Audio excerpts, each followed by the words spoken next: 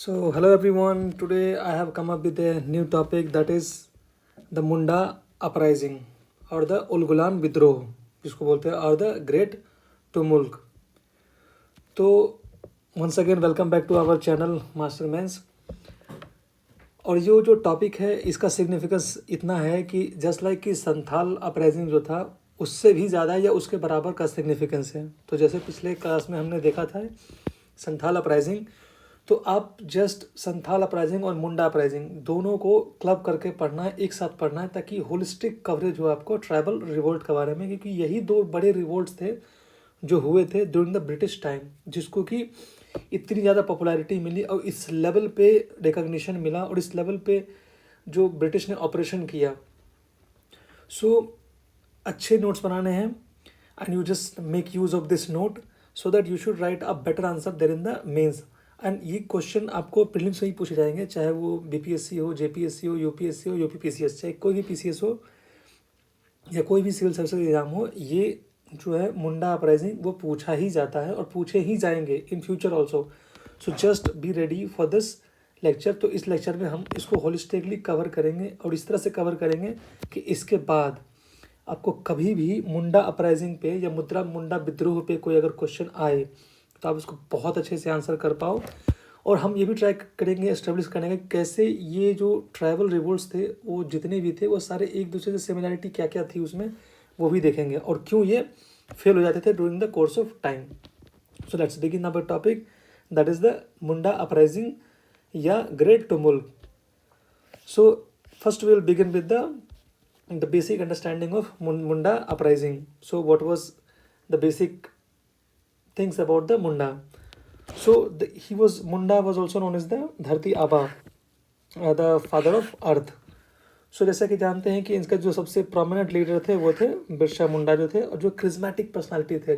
Charismatic personality ऐसा होता है कि अपने करिश्मा के थ्रू लोगों को इन्फ्लुएंस करते हैं, अपने जो डिसाइपल होते हैं या अपने फॉलोवर्स होते हैं उसको इन्फ्लुएंस करते हैं ताकि they can take a great step और जैसा जो लीडर चाहता है वैसा कर सके. सो दिस वॉज द करिश्मा of Birsa Munda. You can imagine the similar करिश्मा of charismatic leader like Mahatma Gandhi also. He was also a charismatic leader.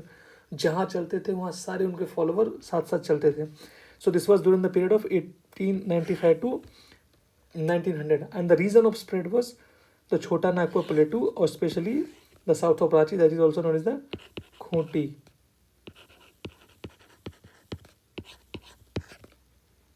So initial aim, how it has started, the first of all it started with the aim of socio-religious movement, जिसमें क्या था कि inner purification with in the Munda society. जो मुंडा society के अंदर में जो evils थे, सोशल इविल्स थे, उसको प्यूरिफाई करने के लिए ये स्टार्ट हुआ था.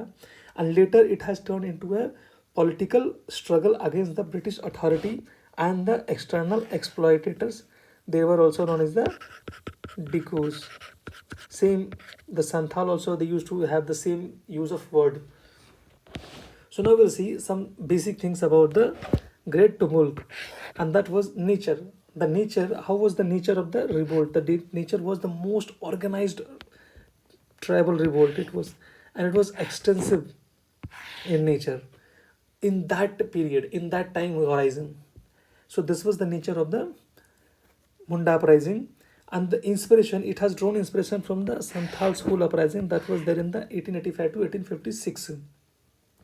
And they also targeted, like the Santhals, to the Dikus. Dikus were the outsider. Or who were the outsider there in the community? The moneylenders, traders, contractor, police, zamindar.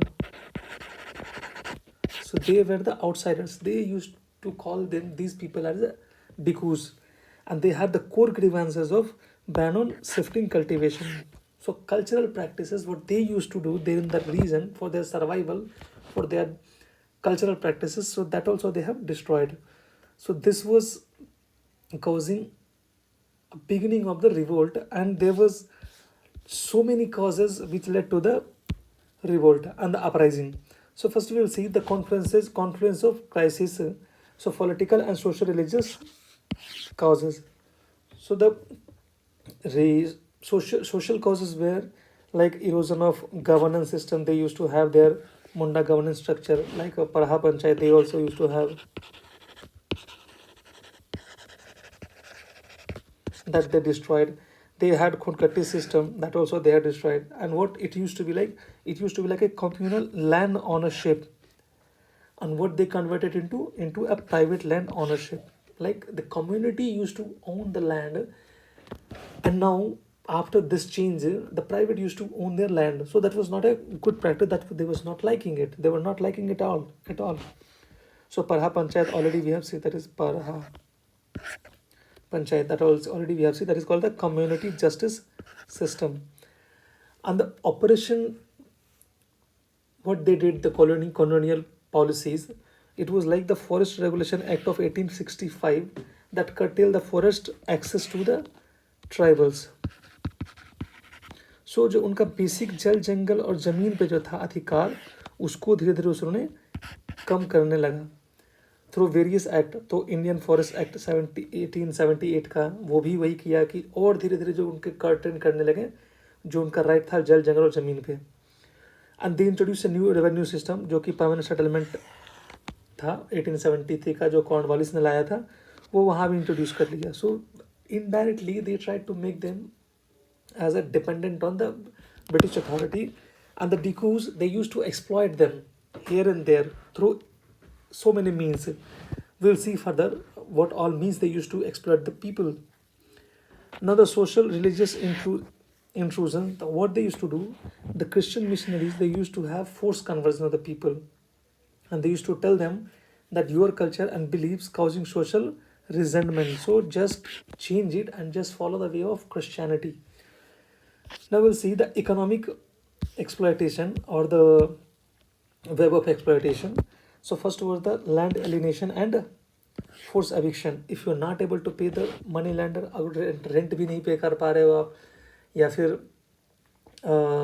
Further आप loan ले रहे हो और आप उसको पे नहीं कर पा रहे हो, तो आपको क्या करना होता है, वहाँ से अपने ज़मीन से ही आपको बेदखल कर दिया जाता था. और वो ज़मीन जो वहाँ का जो मनी लैंडर थे या ज़मींदार थे वो अपने अंदर में ले लेते थे, and they used to be their own property. दूसरा था कि beth begari, that was also prevalent there in the Santhal uprising. तो यहाँ पे क्या होता था कि जो अगर आप नहीं रीपे कर पा रहे हो लोन को, या फिर इंटरेस्ट भी रीपे नहीं कर पा रहे हो, तो उसकी वजह से आपको काम करना पड़ेगा वहाँ पे, और काम करके चुकाना पड़ेगा. जब तक आपका काम करते रहोगे तब तक आपको उसका जो रेंट होगा या इंटरेस्ट होगा उसको कंपनसेट होता रहेगा. ओके, सो ज़बरदस्ती काम करवाते थे कि अगर तुम नहीं पे करोगे तो तुम्हें हमारे यहाँ बेगारी करना पड़ेगा. And the next one was the डेब्ट ट्रैप. डेब्ट ट्रैप क्या होता था कि एक लोन देते थे और बहुत ज़्यादा इंटरेस्ट रेट पे लोन देते थे, और उसके कारण क्या होता था, उनको दूसरा लोन लेना पड़ता था उसको चुकाने के लिए. तो जिसके कारण से क्या होता था कि अपने लैंड पे ऑटोनॉमी वो खो देते थे. तो ओवरऑल इम्पैक्ट ये हुआ कि जो एग्रेरियन डिसकंटेंट हो गया वहाँ पे, जो कि मुंडा जो अपने लैंडलॉर्ड्स थे वहाँ पे, दे बिकेम लैंडलेस लेबर. तो आप इमेजिन करो कि आपका खुद का प्रॉपर्टी था, आप जहाँ पे मालिक थे वहीं पे आप नौकर बन गए हो, तो रिवोल्ट होना तो वो लाजमी था, और वही कारण था कि रिवोल्ट हुआ. बट स्टार्टिंग से जैसा कि मैंने देखा कि ये रिवोल्ट नहीं था. स्टार्टिंग से क्या था कि ये सोशल रिलीजियस कैरेक्टर का था. क्या था कि इनर प्यूरिफिकेशन. तो जो बिरसाइड सेक्ट था उन्होंने बोला था अ कॉल फॉर प्यूरिफिकेशन. तो उसमें क्या था, the revivalist and reformist code थे, जो कोड प्रिंसिपल्स थे, जैसे कि सुपरस्टिशन को और सोशल एबिस को हटाना था. This was the main aim for the Birsaites. And second was था कि जो सिंह बोंगा थे उनको फॉलो करना है, और वो ओमनीपोटेंट गॉड है, मतलब हर जगह हर भगवान एक ही भगवान है जो है सिंह बोंगा, और उन्हीं को मानना है, और सिर्फ एक ही भगवान को मानना है, monotheism. The next one was the strict to moral code. तो जितनी भी कम्युनिटी में वहाँ पे मेंबर थे सबको ये बोला गया था बिरसाइड सेक्ट के तहत कि आपको कुछ मॉरल कोड फॉलो करने पड़ेंगे. और मॉरल कोड क्या थे, तो अल्कोहल नहीं पीना है, दूसरा है कि काउ स्लॉटर नहीं करना था, तीसरा था कि emphasis on worship of purity, purify body and soul. तो जो सोल था और बॉडी था उसको प्योरीफाई करने के लिए एम्फेसिस करना था. और जो मुंडा राज था उनके विज़न क्या थे, तो उनका पहला विज़न था कि सोशल एलिवेशन, सोशल एलिवेशन वो होता है कि जो मॉरल लाइफ को फॉलो करना है सबको, जो वहाँ पे कम्युनिटी मेंबर थे सबको एक मॉरल लाइफ फॉलो करना था of higher social and spiritual level, जहाँ पे कि सोशल एविल जो हो, सोशल एविल या तो ना हो या बहुत ही कम हो। दूसरा था कि they wanted to make it as golden age. Golden age का क्या मतलब होता है कि ideal society based on equality, freedom and all, freedom from all miseries. तो ऐसा सोसाइटी चाहते थे जहाँ पे इगैलिटेरियन हो, इगैलिटेरियन सोसाइटी बनाना चाहते थे जहाँ पे कि इक्वालिटी हो और वहाँ पे फ्री फ्रॉम मिजरीज हो। एंड दे सेड कि they have the divine sanction, means Sing Bonga ने उनको ब्लेसिंग दिया है कि आप जो ऑपरेसर है वो उसको वहाँ से वार्ड आउट करो और यहाँ पे मुंडा राज को रिस्टोर करो। सो this was the socio religious character and it has transform into political struggle against the British authority. So now we'll see कि how the Ulgulan it has converted into, why it was known as the Ulgulan first of all. So जैसे ही उन्होंने विद्रोह को घोषित कर दिया तब से उसको बोला जाने लगा उलगुलान विद्रोह। So the course of conflict क्या थे वो देखते हैं। तो पहला क्या हुआ कि जो मुंडा थे, बिरसा मुंडा थे, उन्होंने लोगों को गैदर किया। तो 6000 मुंडास को with arms like traditional Bose and arrows and lathis, उनके साथ उन्होंने गैदर किया एक जगह पे और एक असेंबली बनाई और वहाँ पे ये अनाउंस किया कि we want to throw them away from this land. किसको? तो डिकूज को। And the call for action was कि they wanted to reassert their inheritance right over the jal, jangal और जमीन। यही उनका मेन मकसद था कि जल, जंगल, जमीन पे मेरा अधिकार है, हमारी कम्युनिटी का अधिकार है और हमारा ही रहेगा, और जो भी इसके बीच में आएगा उसे वहाँ से बाहर कर देना है। तो जो अपराइजिंग था उसको उलगुलान बोला जाने लगा जब ये अटैक सिम्बलाइज हो गया, जब ये अटैक एग्जीक्यूट होने लगा। तो टारगेटर कौन थे? कौन कौन थे इसके? तो ठेकेदार थे, जो कॉन्ट्रैक्टर थे, जागीरदार थे, राजाज थे, हकीम्स थे। And they wanted to weed out all the outsiders from their land. So the Munda land जो था वहाँ से सबको बाहर फेंकना चाहते थे वो। So this was their ultimate goal. Now it was very obvious that the British, they will not leave this alone, means they will try to suppress this to the max and to the best of their ability. So what they used force suppression. तो force suppression में क्या किया? Local commanders वगैरह को और the armies, they were trooped with the weapons they have deployed to suppress the revolt. So there was an unequal conflict because why? Because it was an unequal conflict. तो जो British थे उनके पास तो high equipped British forces भी थे और उनके पास weapon भी जो थे वो ऑटोमेटेड थे। लेकिन जो मुंडा वॉरियर्स थे, they used to have their primitive weapons, जिसका कोई मैच नहीं था ब्रिटिश के वेपन से। सो स्विफ्टली उन्होंने और ब्रूटली जो सप्रेस कर दिया रिवोल्ट को। दूसरा था कि जो मुंडा को 3 फरवरी 1900 को अरेस्ट किया गया और उसके बाद उनको जेल भेजा गया, जहाँ पे कि उनकी डेथ हो गई 9 मई 1900 को, और उसी दिन उलगुलान जो विद्रोह था उसका अंत हो गया। नाउ विल सी कि जो उलगुलान विद्रोह था उसके क्या इम्पैक्ट हुए और क्या सिग्निफिकेंस थे। तो पहला जो इम्पैक्ट और सिग्निफिकेंस था वो एडमिनिस्ट्रेटिव एंड लीगल रिफॉर्म्स लिए गए। क्या लिया गया? तो जो खुनकट्टी सिस्टम था वो रिस्टोर कर दिया गया 1903 में in place of permanent settlement act. और दूसरा जो था, जो खूंटी और गुमला को उन्होंने ट्राइबल मेजॉरिटी डिस्ट्रिक्ट का दर्जा दे दिया गया। कब? 1905 को। एंड सिमिलरली 1908 को छोटा नागपुर टेनेंसी एक्ट पास किया गया, जिसमें कि रेस्ट्रिक्ट कर दिया कि जो ट्राइबल जो हैं वो लैंड वो नॉन ट्राइबल्स को नहीं ट्रांसफर कर सकता, नहीं बेच सकते हैं। And the fourth one what they did is की एबोलिश कर दिया उन्होंने बेतबेगारी को, ऑफिशियली एबोलिश कर दिया कि अब कोई बेतबेगारी नहीं करेगा, नहीं किया जाएगा। और सोशियो पॉलिटिकल सिग्निफिकेंस क्या हुआ? तो सबसे पहला था कि ट्राइबल अवेकनिंग हुआ। ट्राइबल जो थे अपने सेल्फ रिस्पेक्ट के लिए उनको कॉन्फिडेंस मिला और वो एक न्यू अवेयरनेस की तरह काम किया। दूसरा था कि inspiration for the future movement. तो सो ये जैसे संथाल अपराइजिंग था वो एक इंस्पिरेशन सोर्स था मुंडा अपराइजिंग के लिए, तो वैसे ही जो मुंडा अपराइजिंग था वो भी फ्यूचर में जो ट्राइबल रिवोल्ट हुए उनके लिए सोर्स ऑफ इंस्पिरेशन बना। And the third one was the symbol of identity. How it was symbol of identity?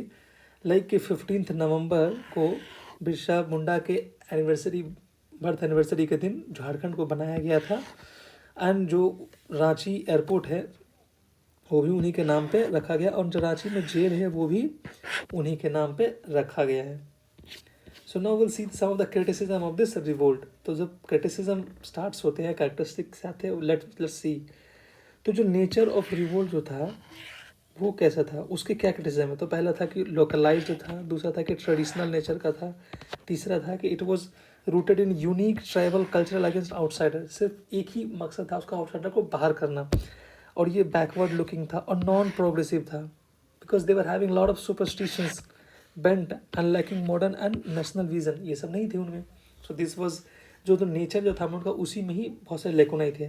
फिर दूसरा था ऑर्गेनाइजेशन में ही फ्लॉ था। ऑर्गेनाइजेशन में फ्लॉ क्या था कि they were scattered and lack of planning and they were no national level leadership. तो पहले तो स्कैटर्ड थे लोग, कोई प्लानिंग नहीं थी, कोई नेशनल लेवल लीडरशिप भी नहीं थी उनको प्रोटेक्ट करने के लिए, उनको सपोर्ट करने के लिए, गाइड करने के लिए।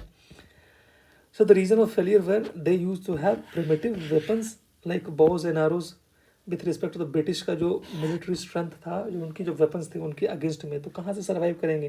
तो military disparity तो already था, जैसे हमने बोला था कि it was an unequal conflict। दूसरा है कि lack of broader support, तो इनको broader support नहीं मिला। like बहुत सारे जो मेजर लीडर्स थे उनको उन्होंने इस सपोर्ट, इस विद्रोह को सपोर्ट नहीं किया, because it was a violent विद्रोह। And the third one was overwhelming opposition. So imagine overwhelming opposition, बहुत सारे ट्रूप्स थे ब्रिटिश के और बहुत सारे अच्छे अच्छे वेपन्स थे विथ रिस्पेक्ट टू इनके यहाँ से, और अच्छी एडमिनिस्ट्रेटिव मशीनरी थी जिन्होंने की जो विद मिलिट्री सुपेरियरिटी इस रिवेलियन को क्रश कर दिया। सो वी हैव सीन कि कैसे मुंडा विद्रोह स्टार्ट हुआ और धीरे धीरे एक कल्मिनेट हो गया एक वेरी सिग्निफिकेंट मोमेंट में, जो कि आज तक उसको याद रखा जाता है और हमेशा इसको याद रखा जाएगा।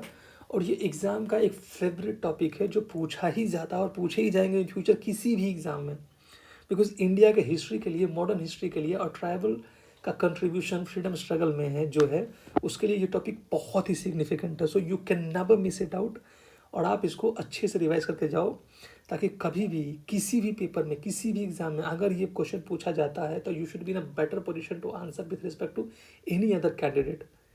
And I'm damn sure that you will be getting a very good marks with respect to any other candidate and your selection will be assured. So with this, I would like to thank all of you for being the part of this Mains Master family and listening to the lecture.